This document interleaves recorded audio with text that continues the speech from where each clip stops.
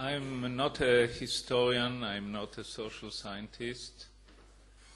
I am not a professional academic in comparative higher education, and therefore everything I will say will be devoid of any intrinsic formal academic value, and I mean it. I am not saying it cynically. I am speaking as somebody who knows the system from the point of view of a decision maker. I do not want to look back. I want to look at the future. Except for one of my slides, everything will relate to the 21st century, not to historical development.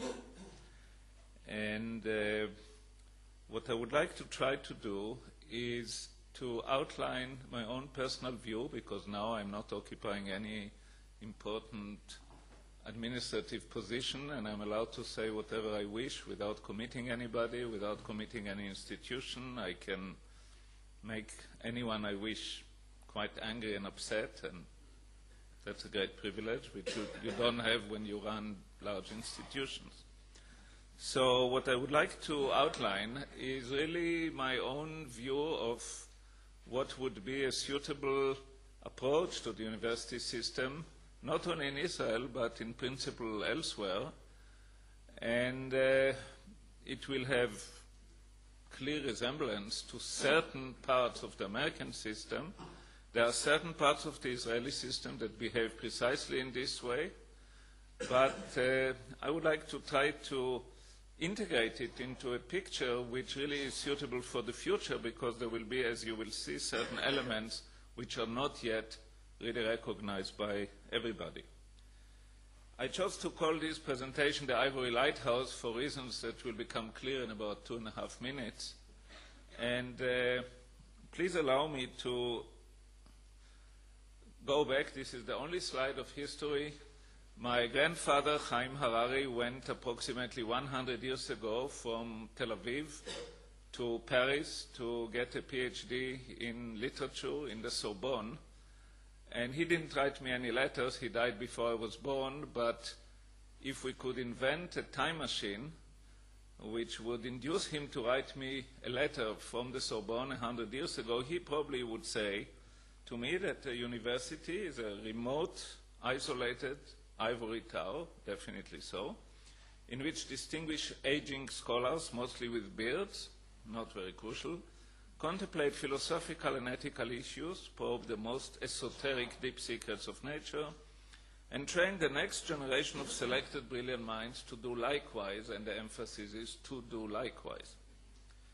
The general public knows little and cares less about this secluded place, but admires the intellect of the professors, understanding that they are a minor burden on the society which maintains them, similar to artists and to other useless great minds.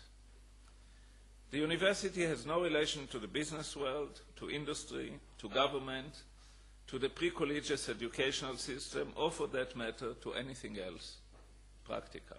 I think that's a fair description of the real ivory tower of the original elite university. Today, somewhere in Europe, somebody would write, university is a huge processing plant in which the raw material consists of a large percentage of the population in the relevant age group, and the final product is mediocre practitioners of useful professions like law, physical therapy, accounting, software engineering, school teaching, and dentistry. Most students are of average intelligence, admissions are open, or almost so, tuition is free, or almost so, and the average professor is far from being an admired legendary scholar. Quantity is achieved at the expense of quality, the cost to the public is substantial, and the politicians constantly meddle in the affairs of the university and try to make sure that every penny spent leads to immediate practical results. The relation to the business world, however, to industry and to the pre-collegiate school system is still at best marginal. Now, it's very clear that in the 21st century we don't want to have an academic system which is either my first description or this second description. And the question is whether one day we can have not an ivory tower, but an ivory lighthouse shining in all directions, such that a university would be an ivory tower, devoting to creating new knowledge and to training an intellectual elite, while at the same time serving as a true lighthouse, training competent professionals, spreading enlightenment, contributing to the economy, helping school education, creating to the foundation of sophisticated industry, and ameliorating social problems. That's a very tall order, but in my opinion, only when we are moving towards fulfilling all of these goals in one level or another, and of course it's a dream to really achieve all of them, can we have a university system which has both the elite part and the social function part, and which is accepted and perhaps even appreciated, and God forbid, maybe even admired by the politician and by the government. But before we get into this, there is one thing that we in the academic world have to tell ourselves. We have to get rid, I don't want to say to slaughter, to get rid of several sacred cows. Because we are very good in demanding more budget, and we are very good in blaming the politicians, and we are very good in blaming the public, and we are right in all of this. But we are not very good in blaming ourselves on certain things, and no fair discussion should proceed without starting from these sacred cows which are moving freely in our campuses and which should be eliminated. First of all, creativity is not the same as the license to publish nonsense. There is so much nonsense and so much garbage that is being published by the academic world. That is not the same as creativity. Creativity is the leading reason for research and the leading engine of research, but we are not really up to the standards even in some of the better universities. Academic freedom is not the freedom to spend money. We always talk about academic freedom, and rightfully so, and we should fight for it without any compromises. And when we heard Gardner this morning, you could see exactly how a good university leader should behave when any aspects of academic freedom is at stake. But it does not follow from this that you have the freedom to spend any money you wish just because you feel like spending $1 million in studying some totally absurd issue. So there is a certain balance here, and we should adhere to it very carefully. Contributing to social and economic problems is not underneath the dignity of the great scholars. We do not have, certainly in this country, enough efforts from distinguished scientists and distinguished figures in the academic system to contribute, in addition to their research and teaching, in one way or another, to social and economic problems, and not necessarily only in their own professional fields. Don't tell me, and I'm a living example, that a physicist cannot contribute to education in the country. And don't tell me that other professionals cannot contribute to many, many different social issues. And nothing would advance the image of the universities in the eyes of the public more than this being done in a meaningful way. Tenure is not retirement at the age of 40. There is too much of that, and we all know it, and we are not fighting it. Now again, I'm not suggesting to abolish the tenure system, because without a tenure system there is no academic freedom. But we should be very careful in what we are doing. We should be careful about who gets tenure. We should be careful when one gets tenure. We should be careful how many get tenure. And this is, again, leading to all sorts of unwanted avenues. Excellence is not arrogance. There is too often arrogance in the academic system towards the political system just because the person who exemplifies the arrogance is an excellent scientist. It's not enough to be an excellent scientist. You also have to understand the pressures of the politicians. And finally, and most important, and that's an internal issue of our system, equality of scientific stars, of true scientific stars, and mediocre practitioners is not the same as democracy. It sounds like democracy. It isn't democracy. It's bad management of scientific institutions. In the same way that you cannot give the same funding and the same equal treatment to the world champion in a certain sport and to somebody, like the world champion in the 10-kilometer run and somebody who goes to jog for 10 kilometers every few days, you should not treat the real scientific stars, which are few and far between, at the same level that you treat the other mediocre practitioners. And universities which are governed by their senates will tend to do precisely that. And that's a very important issue. Of course, you make mistakes by supporting the stars, but without these mistakes, you will not have achievements.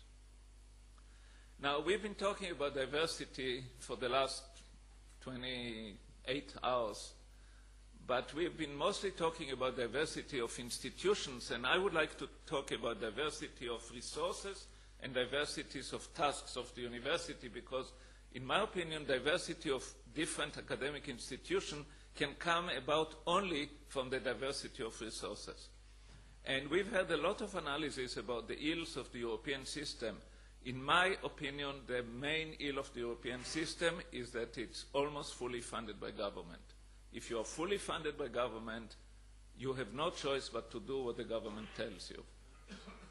And there is no choice but everything be equal, and we'll come back to it in a minute.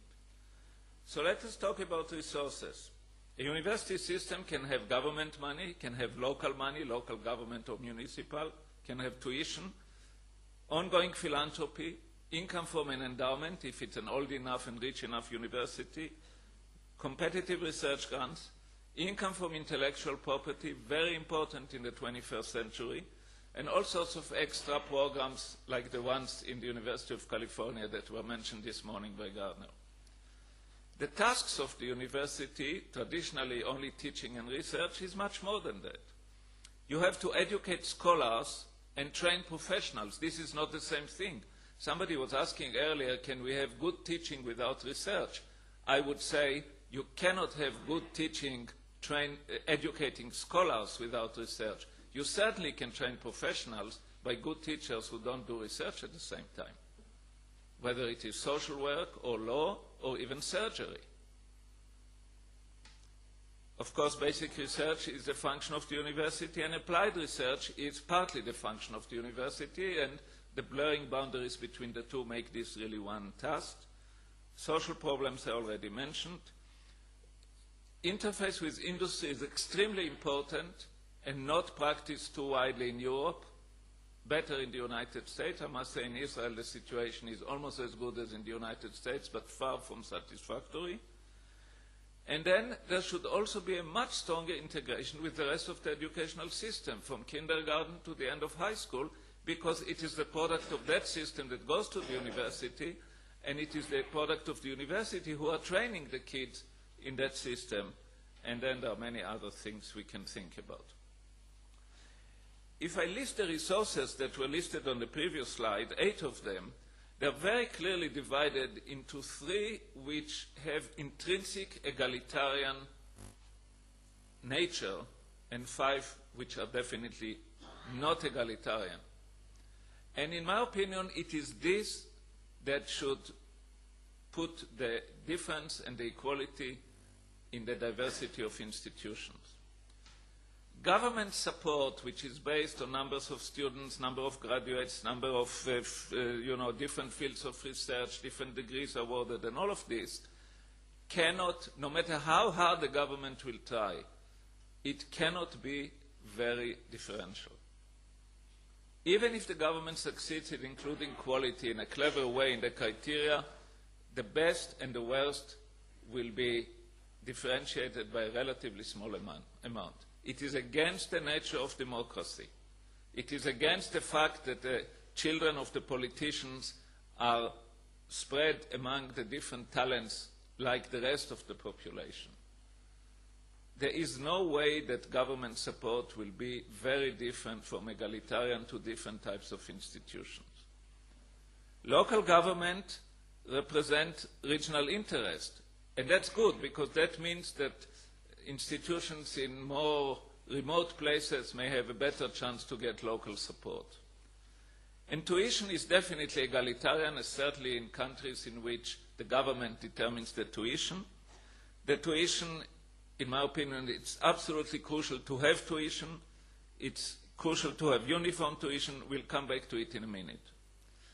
The differentiating sources of income are, of course, philanthropy, which cannot be equal because everybody helps themselves, endowment likewise, research grants, which are truly competitive and come both from local and international sources, intellectual property that depends on the quality of research and on the management attitude of the institution, and extra functions that can come by having all sorts of adult training, industrial park, real estate of the institution, which can be temporarily used for something else, and so on and so forth.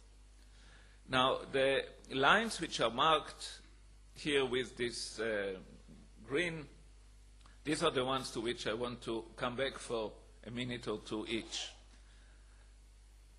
The tasks are also, some of them are clear, educating scholars, which is the classical goal of the university, although in the 21st century there is no need anymore to cover all the different areas, because a university can offer programs which are 80% normal program and 20% distant learning and things of that sort. It is not necessary anymore to have a professor in every important field in the university, something that was necessary only a few decades ago. And universities are not doing enough in that direction.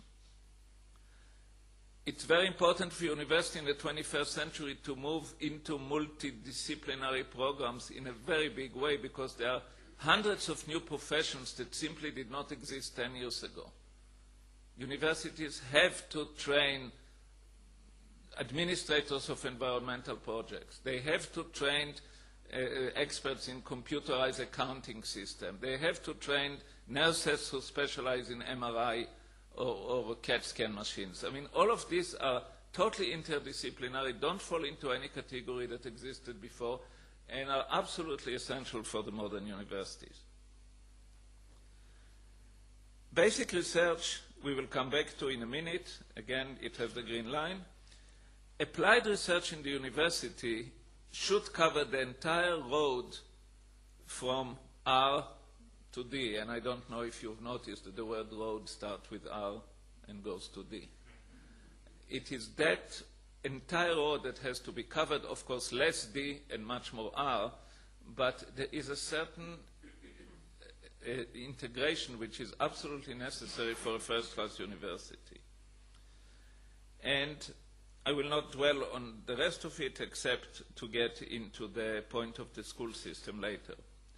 So having listed all of these diversified sources of income and diversified tasks, I'd like to spend the rest of my time on saying a few words on every one of the lines that were emphasized, because I feel that in each one of them there is a certain message that we can transmit, in some cases based on good Israeli experience, in some cases based on my own experience at the Weizmann Institute, but these are all items that I feel like sharing with you again as new aspects of the system.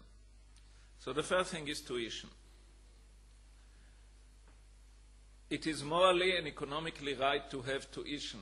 I have no doubt about it. It's morally right because otherwise you are transferring income from the low economic level of society to the higher ones. It is economically right because if you get something for free, you don't appreciate it.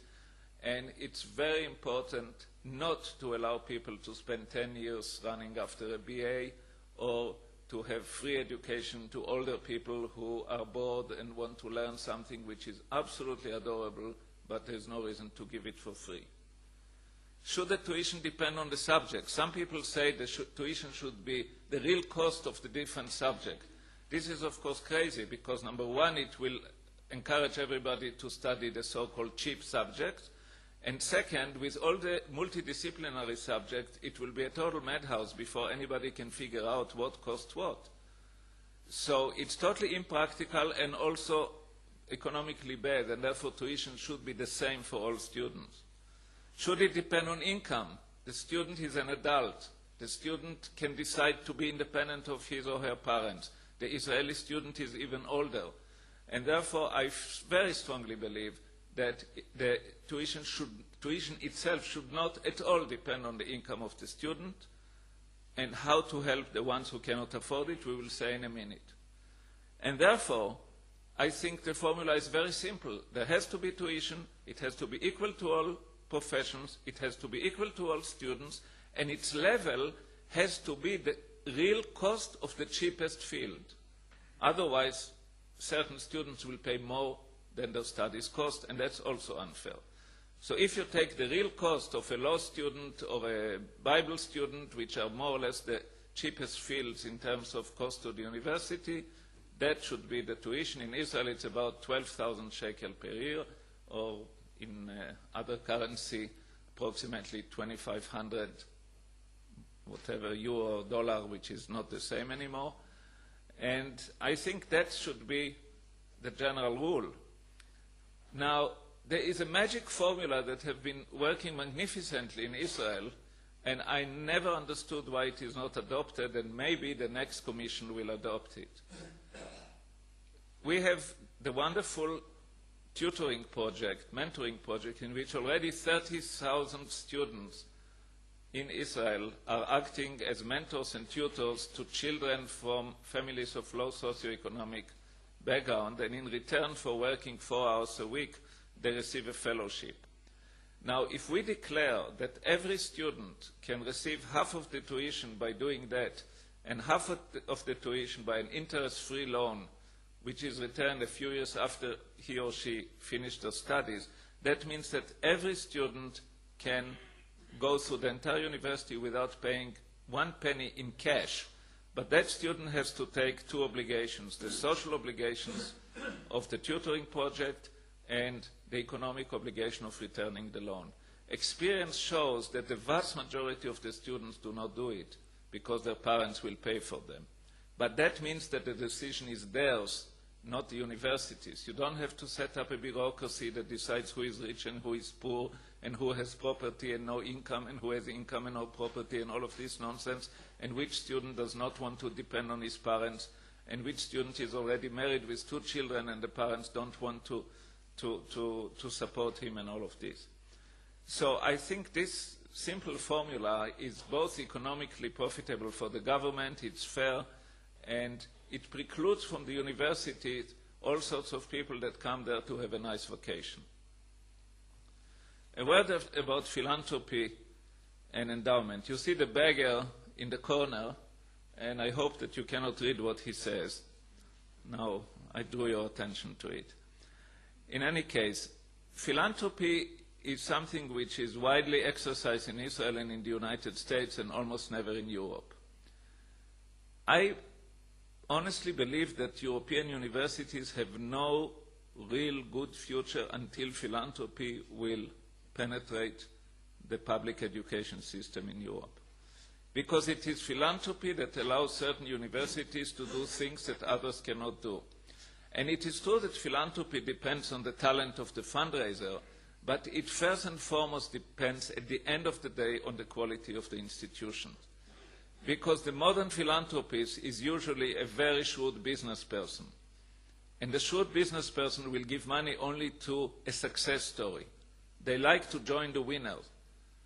When you do philanthropy for the poor and the hungry, the poorer and the hungrier you are, the more philanthropy you will get. But philanthropy to higher education and to research, they like to join the winner. And the better you are, the more you will get, and the more you will get, the better you will be. And that's a very important differentiating factors. It is self-help element, and certain institutions and all the private American universities are very heavily based on this. There is a give and take in modern philanthropy. The integrity of the institution is absolutely essential. You have to deliver what you promise. You don't sell what you don't have. And there is a lot of facilities and entities that you can sell, so to speak, and really replace government funding in a very big way and be much less dependent on the politician. It's difficult, it's possible, and the other thing you have to do is you must have the courage, when life is very difficult from day to day, to raise money for your endowment. Because the people that will come after you and after them and after them will all enjoy from the endowment. The fact that Harvard University has a $20 billion endowment is what makes Harvard Harvard, and it's not due to the current president or the previous president of Harvard, it's due to a very long history. And if you tell me, but we are only starting now, that only means that you should more urgently work on establishing an endowment. And one other thing that the American knows and that the Europeans don't know and that we don't know, and that is that once you have an endowment, there are very elaborate, sophisticated methods of long-range ways of investing endowments that can guarantee amazingly large fruits for the endowment with relatively little risk. This is a whole subject by itself. I don't want to get into it, but it's a crucial subject for the future of the 21st century elite university. Intellectual property is an entirely different story. Everybody knows that the university makes discovery and creates knowledge. Everybody knows that you can patent your knowledge in certain cases, and everybody knows that theoretically you can sell the patent and enjoy the royalties. In real life, it's much more difficult. And unless the university decides that this is a major goal of the university, but it should not divert it from its basic research path. This sounds like a self-contradiction, but it can be done, it's doable, and actually the better your basic research is, the better off you are in terms of creating intellectual property. So you have to go through this tight rope, on this tight rope. On one hand, you declare that you will not move 1 centimeter or 1 inch, depending where you are, from the goals of the university. At the same time, if you stumble on something, by all means, exploit it. And the only way to exploit it is if you create an apparatus which deals with it, if the apparatus is headed by scientists, if it is done at the level of a vice president or somebody who reports directly to the chief executive of the institution, and if the institution fights with all the different economic entities to protect its intellectual property. It's also very crucial, and in this respect academia very often errs, it's very crucial to also fight against those faculty members that take the intellectual property of the institution and run away with it somewhere else. And these are very difficult things to do. But if you do them, at the end of the day, it's to the benefit of the faculty member, it's to the benefit of the institution, it's to the benefit of the higher education system, it's to the benefit of research. But you have to take a business approach to it. For instance, don't sell the patent when it is issued, even if some industry wants it. Develop it still at the level of $50 or $100 or $200,000 a year, which you can afford as a good scientific institution, and only then sell it. Because with this little investment, you're going to earn much more.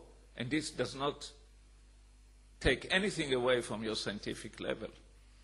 And one can talk for hours about this subject, but here I'm in the happy position of not having to prove the case, because the little Weizmann Institute, which is definitely not as good as Stanford, and definitely not as good as Harvard, and definitely not as good as Princeton, is making more money on royalties per year than all three combined, not only each one of them separately.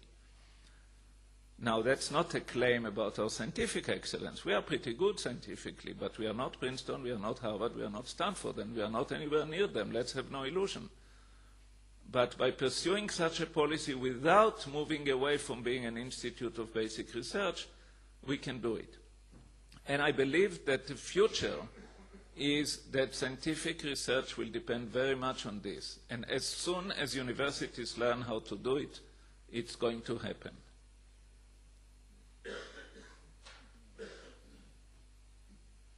Basic research,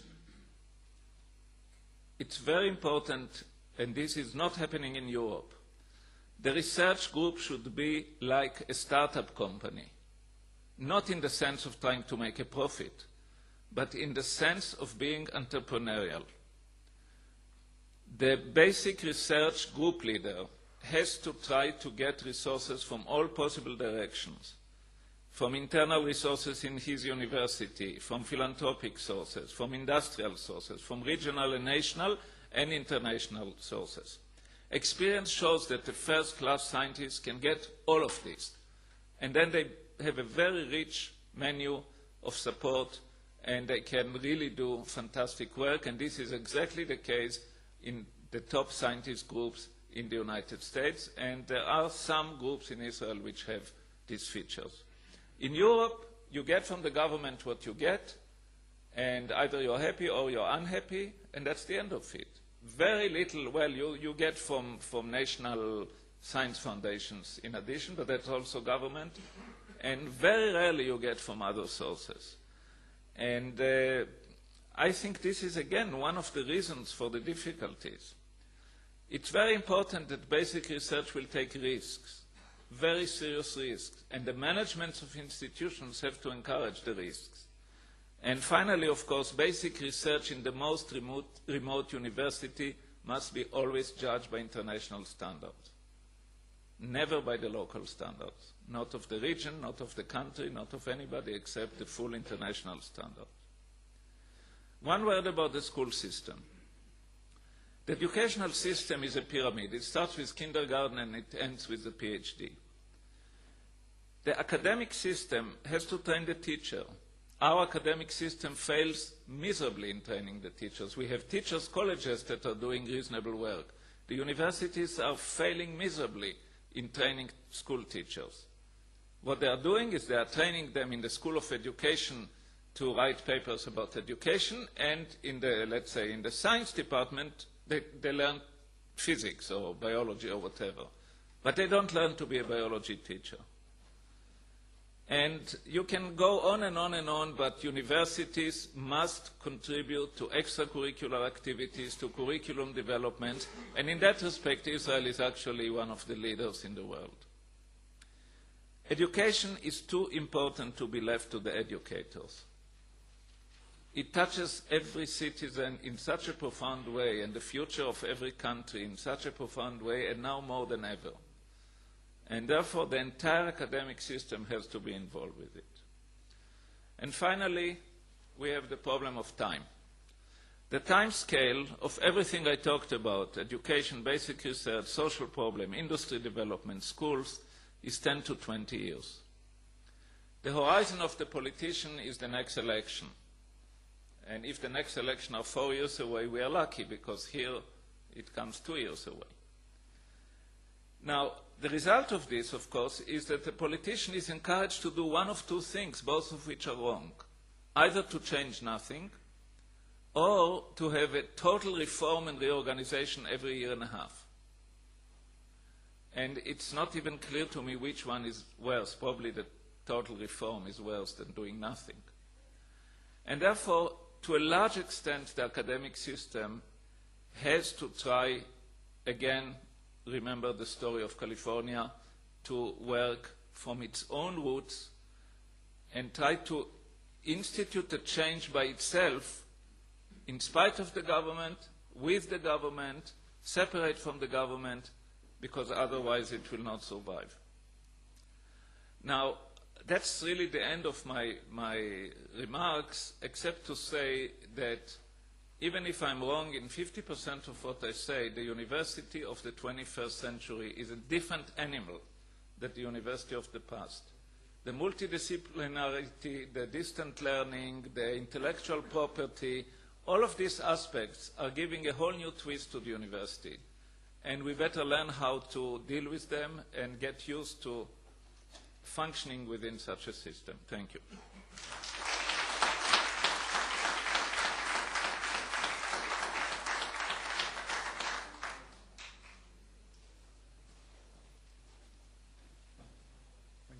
much, Haim. I think we'll take a question or two. Yes.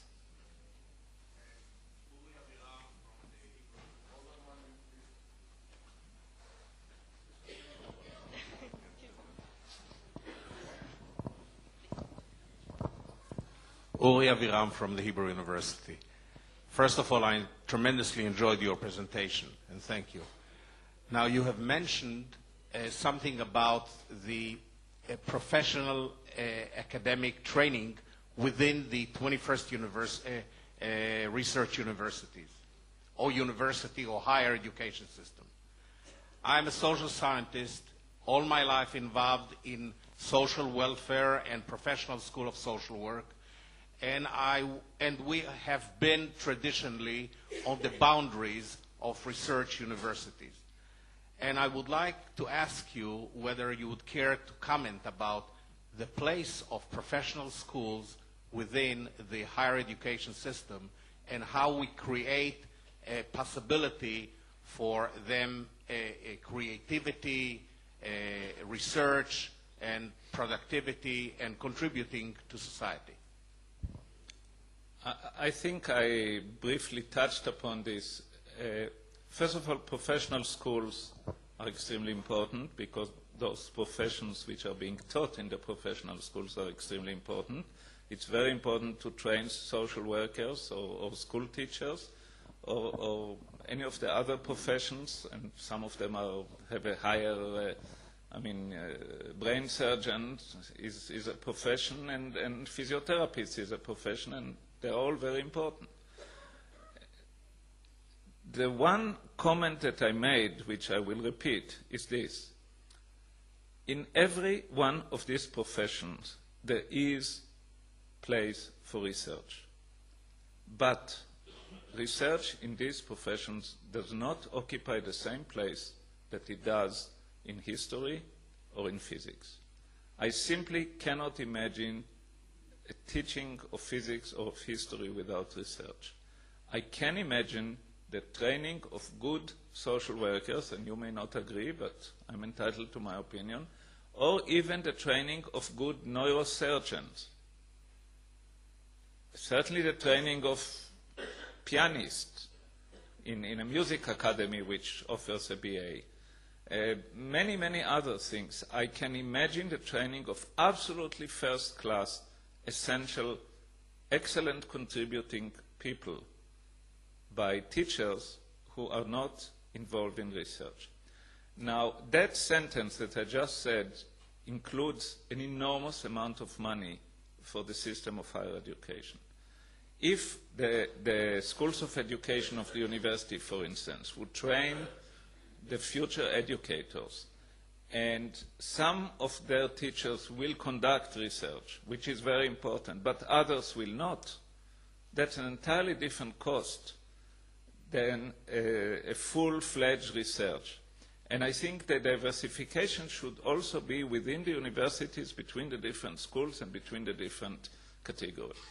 But the schools themselves are extremely important. Where would you take all of these people if you don't train them? And I would like those people to be trained in a first-class way. I mean, this country needs social workers like it never did before. I mean, somebody has to train them.